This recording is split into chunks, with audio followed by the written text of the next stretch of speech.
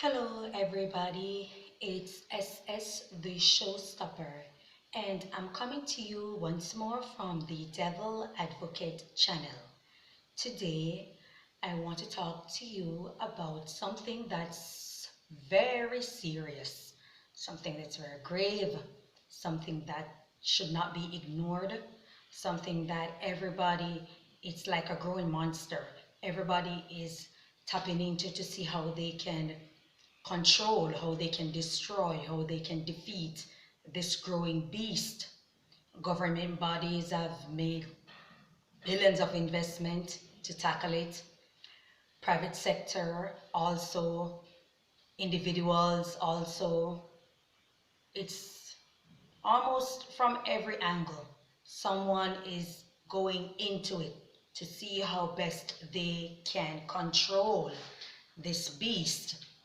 And the topic I want to talk to you about today is human trafficking. Now, we all have an idea of what human trafficking is. You know, that's a movement or the transfer of an individual or a group of persons from one place to another or from one situation to another. And it's really for labor. It's really a trick. It's a coercion into believing that they'll be paid, they'll be getting some compensation for labor, but what it's really about is to traffic people for sex, in primarily sex slave, um, free labor, slavery, all these things, all these diabolic, wicked, evil, nefarious things. That's what human trafficking is centered around. Now, as we go further and as we move into an advancement, we understand that human trafficking has been around for ages. So it's not something that has been around yesterday, 10 years ago, a decade ago. You know, it's not something that has been around for a century. It has been around way longer than that. And so as we move into further advancement, as we move into, I'm expecting some good news, so I'm a little bit distracted. But as we move further into advancement in the 21st century, we realize how this infringe on the rights, privilege, opportunity of individuals, in particularly young individuals, because they are the primary target of this crime. And we realize that it affects us as a people, it affects the demographic, it affects everybody one way or another because you can easily be tricked. It doesn't matter how smart you are, it doesn't matter how wise you are, you can be tricked one way or another into doing something that you don't want to do, into doing something that you wouldn't do normally do, something that's outside of your moral compass that guides you. And so that's why people are moving so fast and moving so rapidly to attack this beast that seems to be growing, you know, because there are so many people that think that, you know, they can make a whole lot of money from it, there is gain from it, and so there's nothing wrong with manipulating the innocence, manipulating the ignorance, the vulnerability of people, in particular young people. And I want to show you an example of how you can easily identify human trafficking within any community. First and foremost, I'm not here to target anybody, I'm not here to attack anybody, but one of the main persons that are usually involved in this from the start, from the get-go, from the beginning, from the inception, is women. You know, women are the ones that you get to bring these people forward because people normally will believe a woman, people will normally will accept a woman because women usually understand what it is to be vulnerable. Women usually understand what it is to have your innocence removed. So people will believe a woman. Now what usually happen or what happens on a daily basis, because this is not something that it's rare, it's something that happens on a daily basis, is there will be a vulnerable young girl, whether it be from the age of 9 or a teenager, you know, 13, 14 onwards, and she'll be vulnerable because she's having issues at home with family, whether it be a broken home, whether it be nobody that's paying her attention and stuff like that. And because of such, you are on a path where you're looking for yourself. You're searching for yourself as a young person, in particular female, because you know females are usually the main, young girls are usually the main victim of this human trafficking. And so you are searching for a quest, you are searching to be understand, you are searching to be understood, to be heard, to be accepted, to be a part of. And so while searching for it, you will be approached, or you will approach a female thinking that this is a great person. Now this female starts talking to you, communicating with you, or even the female herself will approach you, because not all the time a young girl is going to go to an adult, whether it be male or female, and necessarily approach them, letting them know the problems that they are having. But they can spot you out because they're older, they have more knowledge of what they're doing and the ills that are in society. So they know who to go after because they have been watching you. And so what they do is that they come to you and they'll let you know that everything is going to be okay. Remember, you can talk to me about anything. And so you befriend this female, or this female befriend you. And when they befriend you, you start, you can go to their house right before you go home. You stop by at their place, they'll cook for you, you'll talk to them, you'll watch a movie, you let them know all the things that are happening in your life and in at home, because you are searching for that peace, that sort of sanctity, that sort of runaway vibe that will make you feel at ease, to give you a relief from whatever emotional, physical, any form of abuse or any form of situation that you're in, where you feel as if you're not being understood, you're not being recognized, you're not being accepted. It could very well even be peer pressure. You could very well be accepted in your home. You're being listened to, you're being heard, but at the same time, every human being doesn't have the same resistance. Some are weaker than some, and so they try to fit in every aspect of something that's going on out there, whether it be at school, whether it be, at church, or whether it be on the road. It doesn't matter what's taking place on social media. They will try to fit in. And upon trying to fit in, you're going through these avenues, not knowing yourself, and you get lost in the way. Nobody is there to really talk to you and let you know that, okay, listen, you are doing the right thing by searching for yourself, but you're going on it the wrong way. So you are approached by these persons, in particular female, who knows the ropes, who knows the ills in society, who knows what it's like to be in the position that you're in. And so they'll talk to you, you can chill at their home, you can talk to them, they'll cook for you. Now what you will notice start happening is that there's a guy that's coming there to visit her, a cute guy that's coming to her house, coming there, she's talking to him, she's getting to know him, and he's looking at you, he's kind of looking at you, hello, how are you, he's talking to you, and then if he can talk and get to know you, then he'll leave. He'll come back again the following day if you decide to stop by, or whenever it is that you decide to stop by. It just happened that this guy shows up again, and you feel comfortable talking to him because you have given all your trust, you have handed over your vulnerability to this female, because you see her as a mentor, you emulate her, and so you don't have a problem with whoever she's communicating with, because you already think that because she's good, or she appears to be good, then everything is okay with him or with her associates. So this guy starts coming in again, and you start communicating, you develop a likeness for him because he can be probably cute, very attractive, he looks good, and he says the things that you want to hear. He's telling you all these nice things, that you're very pretty, I like you, I think that you can be the best at anything that you want to be. He's telling you all the things that, whether your parents have told you or not, you just feel good hearing it from someone else, someone that you happen to be attracted to.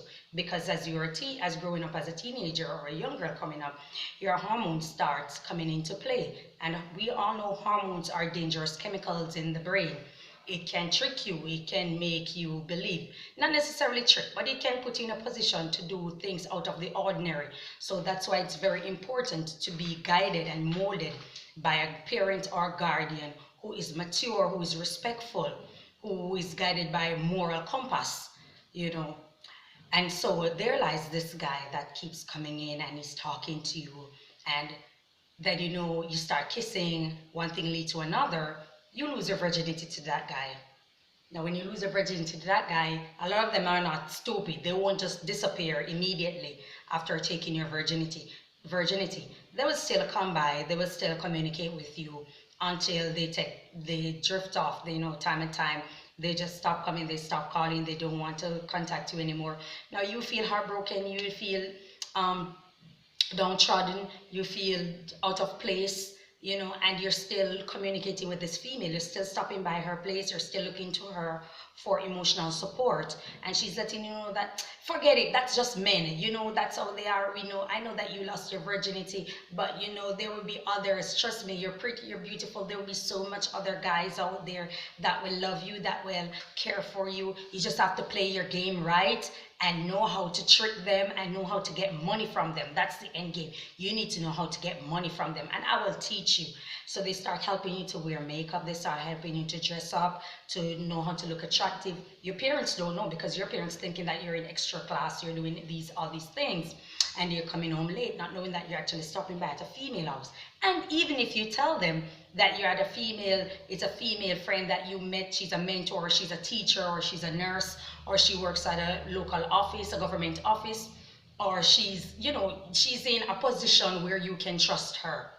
So they'll understand. They probably say, okay, let me meet this female. She probably give them excuses that she don't want to meet them, or she will even show up and just randomly introduce herself and say, okay, your daughter was going through some things and she felt comfortable. This is what was happening, and stuff like that. And they go on their merry way. Now we, the parent, are trustworthy, and we believe that, okay, this is what the person say, but sweetheart, don't stop by there anymore. Stop by, if you have to, you can just stop by once per week and just say hi to her and come home. Now the daughter not necessarily will listen, because they're the age, they have everything that's distracting them, and they've already built this great rapport with this female, and so they will move forward with whatever it is that they were doing.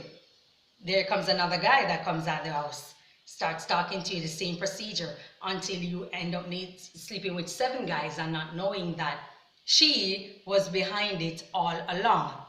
What really happens is that the guys come there, they pay her, they give her some money, they pay her some money and say, okay, let me have sex with this girl, she looks cute, I want to have sex with her, I want to oral sex, or anal sex, whatever it is, because there are so many sexual activities out there that young people are participating in, believe it or not. Doesn't matter what they say, what they post on social media. You have to tell yourself that once your child is sexually active, or your teenager, because no child should be sexually active, once your teenager is sexually active, just open your mind and let them know that, okay, this is what's out there. Just tell yourself that, okay, this is what they probably participating in. That's if you aren't that vigilant as a parent, which rightfully you should be, and so you find out that she's no, not you find out, I'm sorry, there comes a situation wherein she has already had sex with 7 guys and not knowing that the woman is actually behind it.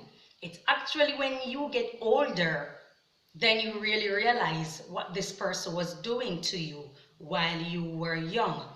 They were participating in destroying your innocence, in destroying your growth. They played on your maturity and let you believe all that which was presented in front of you was out of innocence, but it wasn't. They know what they were doing all along.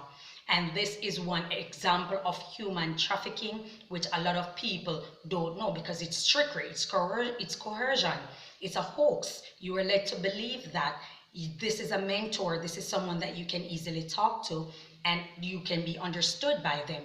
But down to the nitty-gritty, in the fine print, what's really happening is that she's trading you for sex, and she's getting paid to do it. And I've seen it time and time again. In my little country, I've seen it, I've heard these stories. There's also another instance where you have a friend that goes to the same school that you go to, or to a different school, but you live in the same vicinity. She has a brother, and her brother will like you, or her brother friends will like you, and so they're trying to get with you through their sister or through their friend. And so they'll come and say, okay, I'll give you some money. Just tell her that you're going out to a party, you're going out to an event, something is happening at the school. There's a party at the school, a function at the school, and we are going to show up there, and we are going to take one step further, and we're going to get her, but we'll pay you some money. So it's your duty to convince her that everything is okay. I'm a really cool guy. So this is another example. It could be friends. That's why it's very important. It's very important to be strong in mind. It's very important to be strong indeed, to be powerful, to stand up for yourself. You have to, because the reality of it is no one will stand up for you on your behalf. People will do so when after the act, means after you have been hurt, after you have been destroyed. Then you will find people coming out of the woodwork and saying that, okay, they want to represent this person, they want to speak for young girls. But at the end of the day, you still, because you can't rescue everyone. I can't rescue everyone. But at the same time, I have to be vigilant because I'm a mother and I have a daughter, that's becoming a teenager. And so I'm one of those crazy mom that goes through everything. You don't get privacy. You can get respect, but you don't get privacy, because where there's privacy, there's room. My daughter has friends that are male, boys that are at school. They come, they want to visit her, they speak to me, I get to know them, I know their parents, I know where they live, I know all these things, because it's my duty as a parent to be like that. Because nobody's going to do it on my behalf. You never heard someone say, it's okay to have low self-esteem, it's okay to be weak because I'll be strong on your behalf. No, that's something nobody ever says. And so I'm trying to let people know the small, because we always think that, okay, because it's human trafficking means that you're going on a flight somewhere and you're being tricked into a job. And it's not that job, it's actually stripping, it's actually prostitution, or it's slavery where you're working for people and you don't get paid, they lock you in the house. It doesn't have to go that far. It doesn't have to go that deep. It can very well be in your very backyard and you don't realize that human trafficking is really taking place. Now, if you as an adult know these things are happening, it's very important that you report it to the police. It's very important that you report it to an authoritative figure or law enforcement, because this is no joke.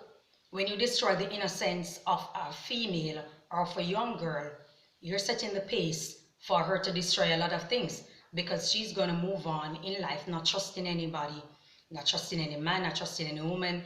This person will move on very ruthless also, especially if it's a child that has achieved a lot and now she's in a great job, she's in a position of power to employ, to command in the workforce. That person can be very destructive and very manipulative. So when you look back and say, okay, it's not my child, I don't give a damn, I don't care, she should have known better. Everybody will not know better, especially teenager. You are 45-year-old people that don't know better. So how are we going to place 100% responsibility on a teenager that's growing? To automatically know better and to automatically just be wise and be vigilant. No, it takes time, it takes process. And so I'm urging any parent out there, any adult out there that know of these things, that have an idea, that suspect that these things are taking place, report it to someone. Protect a child. Protect a child. It's our duty as adults to protect children. You can't be playing on their mind and then say, okay, it was your duty to, caution them, talk to them. I know a lot of them don't listen. They're hard-headed. They're teenagers. That's what they do. They're stiff-necked. They're hard-headed. They won't listen. They have all these tablet, cell phones, all these things that are around that are distracting them. But it doesn't negate the fact that it's your duty to protect them. It's your duty to caution them.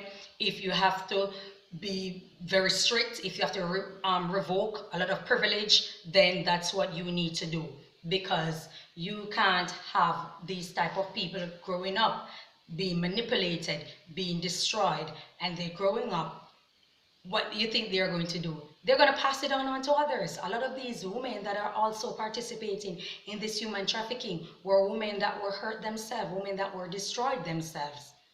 And so you find them willing to pass on the pain, the hurt onto others. You know, just like with pedophilia, you find 90%. I like to quote percentages because I know I'm not wrong or I'm not off. So you know that a great deal of people that are pedophile were people that were molested. I've watched interviews online and some of them are very scary. Some of them I couldn't watch because the things that these guys say, they spoke so freely and openly about destroying a child, about destroying a little boy, about destroying a little girl, like it was nothing. And at the end of the day, what all of them said, they were molested too. Nobody cared about them. Nobody, they thought that it was a norm because nobody gave a damn. No one was willing to listen. Nobody cared. Nobody willing to offer them something. There were a lot of them were vulnerable. They, you know, they come from home where parents are drug addict parents that are alcoholic, substance abuse problem, and so they were on the they were on the path of searching for themselves. They have to grow up very fast. They, a lot of them, you know, do things that children should not be participating in just to have a meal. And so people destroyed them. They go to pastors and spoke to pastors, let them know what was happening. And the very pastor that is cautioning them is the very pastor that was destroying them also. And I'm not going out there to attack pastors or attack any clergymen, but I'm just letting you know the utmost people in society that is held to a very high degree are often people that are involved in destroying youth, because there's something about the youth that provokes the mind of perverts. There's something about the innocence of a youth that when they can manipulate it, it gives them power, it gives them some sort of, it destroys the entire fiber of autonomy that a youth will grow up having for themselves, the strength, the respect, that sort of independence to know themselves. That's what they destroy, and that's what they don't have a problem destroying. And so it's very important that if to family plan, to think about what you want out of life, what you want for a child, what you want for yourself, you know, before go ahead and just getting into sexual activity. And you know, boom, you got pregnant, you have to take care of the child becomes vulnerable because you don't have time for the child. You miss out on your youth, you miss out on your childhood, and so you're searching for it in somewhere else. You want to enjoy yourself, you want to go out. And so if the child is at risk, if the child is vulnerable, then it's nothing to you, it's nothing to you. And that's why I'm asking everybody just for today, if you could take the time out and, you know, be there, just be on the lookout for children. If you see them on the road and they're idling, they're procrastinating when they should be at school, when they should be, you know, going home, looking to head home, you caution them. People will say, okay, it's not your child, don't talk to them. But at the end of the day, the old saying that it takes a village to raise a child doesn't rest, and it's true. It really does take a village to raise a child. And it's very important that we remember, because I went through a whole lot of things when I was growing up. You know, but the thing is that I was a child that was very strong.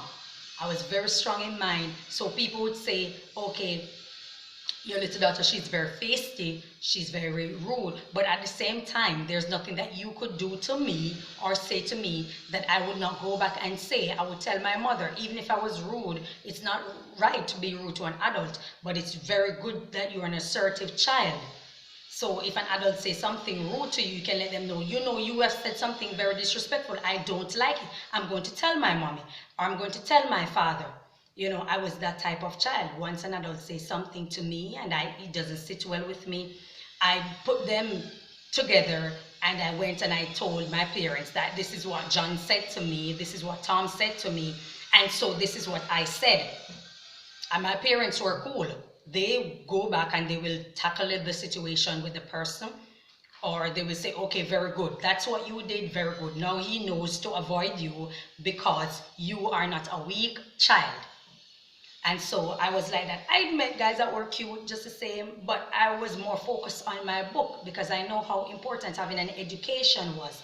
I know how important it is to hold myself and not lose myself in this world, in this everything that's taking place. And so that was something that moved me. Like I said, everybody's not born with the same resistance, everybody's not born with the same strength. It's not produced in us as we go along because we don't always have that mentor behind us. So if you can talk to a child, I'm not saying that you should take less from yourself and give to a child. All I'm just saying is that look out for these vipers, for these deviant people, who these perverts, these pedophiles who are out there to destroy children, to destroy a child, because there are certain children at the age of 9 they look like 16, at the age of 12 they look like 18, at the age, but if you are talking to a child that says that she's 25 years old and she's really 14, and if after 10 minutes of speaking to that child, you still believe when she says she's 25, you deserve to be in prison. Because a 25-year-old does not sound like a 14-year-old. They don't converse like a 14-year-old.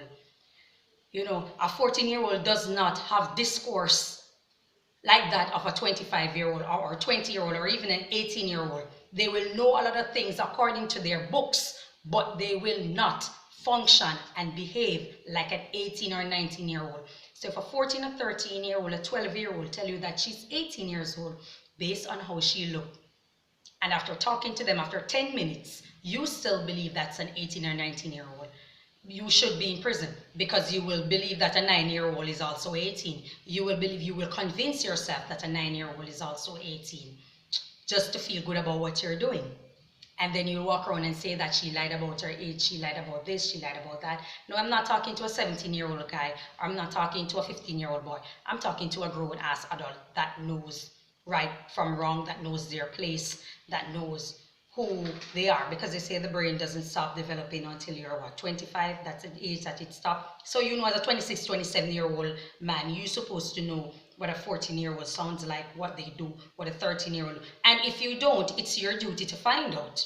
If you have no interest in wanting to find out, and you take face value and you accept whatever it is that a female tells you, then you are a danger to yourself, and you're also a danger to other people. It's just that simple. You know, I'm like, as I said, my channel is about the devil advocate because I played on the part of the mind that people think about, people talk about, but they, you know, they whisper. They don't want others to know. They don't, you know. So I showed that part. I exposed it. I don't have a problem doing it. You know, I can put myself in a position of being vulnerable by telling my whole life story with and not caring what people have to say, because that's me. You know, I'm defensive, and I'm also very protective.